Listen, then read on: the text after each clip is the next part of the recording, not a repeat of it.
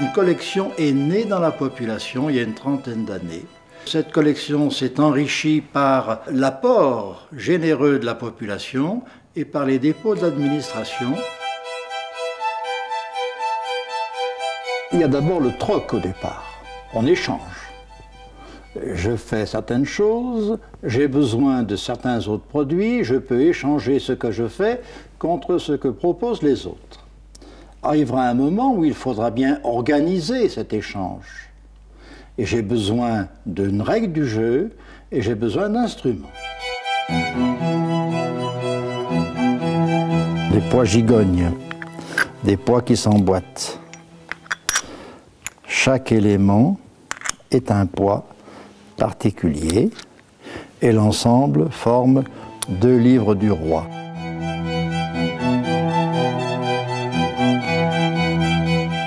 Sur cette table sont réunis un certain nombre de poids du XVIIIe siècle. L'unité principale, c'est la livre.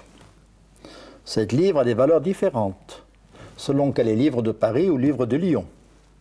Livre de Paris, elle s'ajuste à 489,5 grammes dans notre système. Livre de Lyon, elle s'ajuste à 415 grammes. La livre se subdivise en demi-livres, demi-livres, et la livre se subdivise aussi en onces. Lorsque je suis sur un marché en train d'apprécier, de sous-peser 2 melons ou 2 choux-fleurs, j'utilise mon corps. Mais mes 2 mains deviendront des paniers, puis des plateaux de balance métalliques. Mes 2 bras seront remplacés par des suspensions en fibre végétale ou en chaîne métallique. Quant à la ligne de mes épaules, c'est-à-dire le fléau de la balance, il passera par le stade d'une branche rectiligne suspendue en son centre, remplacée par un fléau en fer forgé. Dans notre corps, nous avons inscrite la balance à bras égaux.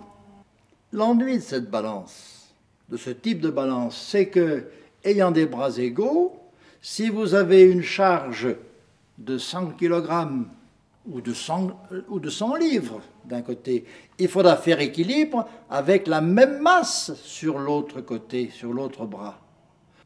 Et l'innovation importante qui apparaît très rapidement dans notre histoire, certainement depuis 2 millénaires et demi, c'est l'invention de la balance à bras inégaux. On en a un exemple avec le crochet, ce qu'on appelle un peu plus savamment la romaine. Vous avez une suspension, vous avez un fléau, mais ce fléau n'est pas articulé en son milieu. Il y a un petit côté et un grand côté. Un petit côté qui ne change pas, c'est le côté de l'accrochage de la charge, et un grand côté qui varie en fonction du déplacement du contrepoids. Et avec un système de balance à bras inégaux, on pourra peser des charges très importantes.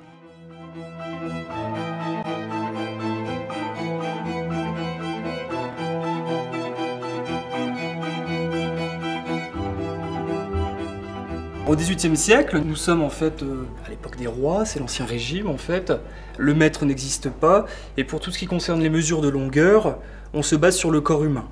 Par exemple la toise, des pieds jusqu'à la tête, le pied, le pouce, l'empan, la paume, la palme, etc.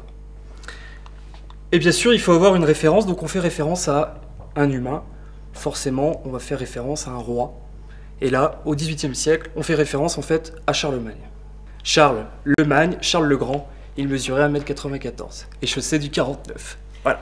Lorsqu'à l'époque de la Révolution, le pouvoir politique en place, c'est-à-dire d'abord l'Assemblée nationale constituante, décide de créer un système de poids et de mesure uniforme pour tout le royaume, Condorcet ajoute un système de poids et de mesure pour tous les hommes de tous les temps.